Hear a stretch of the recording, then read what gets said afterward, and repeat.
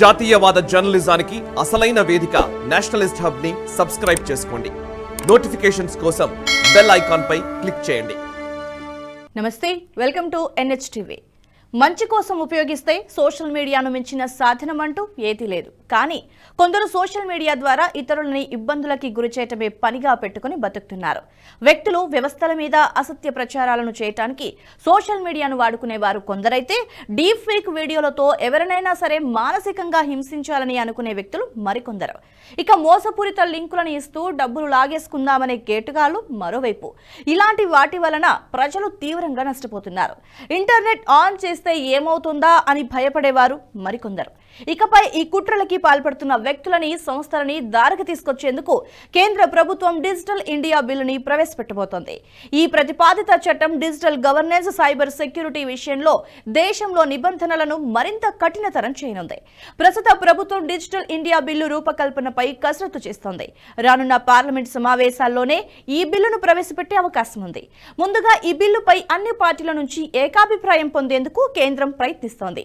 Artificial intelligence ద్వారా రూపొందించిన deep fake content ప్రభావాన్ని నియంత్రించడం, నకిలీ వార్తలను ఎదుర్కోవటం, వ్యక్తిగత డేటా సంరక్షణ చర్యలను ఈ బిల్లు ద్వారా తీసుకుని రానున్నారు.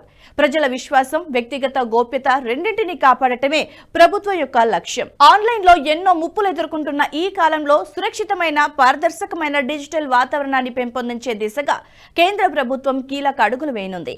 దేశంలో డీప్ ఫేక్ వీడియోలను ఉపయోగించడం సర్వసాధారణంగా మారింది. అమితాబ్ బచ్చన్, సచిన్ టెండూల్కర్, రష్మిక మందన్న, ఆలియా భట్, అమీర్ ఖాన్ వంటి ప్రముఖులు కూడా డీప్ ఫేక్ బాధితులే. ఈ వీడియోలు ప్రజలను తప్పుదారి పట్టించడమే కాకుండా అశ్లీలతకు కూడా కేంద్రంగా మారనున్నాయి. వీటి వలన వ్యక్తిగత ప్రతిష్టకు తీవ్ర నష్టం వాటిల్లుతోంది.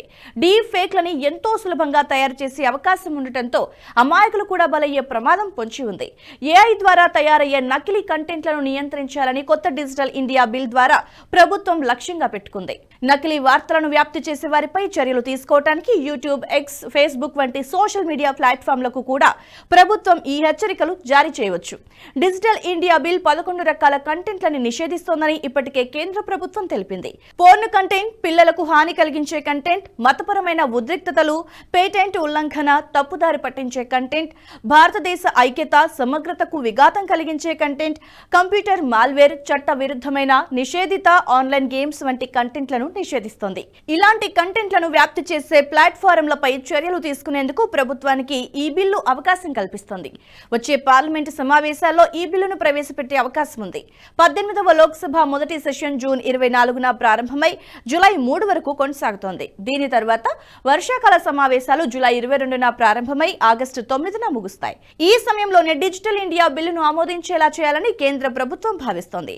కొసమెరుపు ఏంటంటే మోదీ 2.0 హయాంలోనే ఈ బిల్లు దాదాపుగా సిద్ధమైంది. అయితే ఈ బిల్లును ప్రవేశపెట్టడం సార్వత్రిక ఎన్నికల కారణంగా కాస్త లేట్ అయిందంతే. త్వరలోనే ఈ బిల్లును ప్రవేశపెట్టబోతున్నామని ఎలక్ట్రానిక్స్, IT టెక్నాలజీ శాఖ సహాయ మంత్రి రాజీవ్ చంద్రశేఖర్ ఇప్పటికే స్పష్టం చేశారు. డిజిటల్ ఇండియా బిల్లు ద్వారా ఇంటర్నెట్ ని సేఫ్ ప్లేస్ గా మార్చే ప్రయత్నమే కాకుండా యూజర్లను రక్షించడానికి ఉపయోగపడుతుందని కేంద్ర ప్రభుత్వం భావిస్తోంది.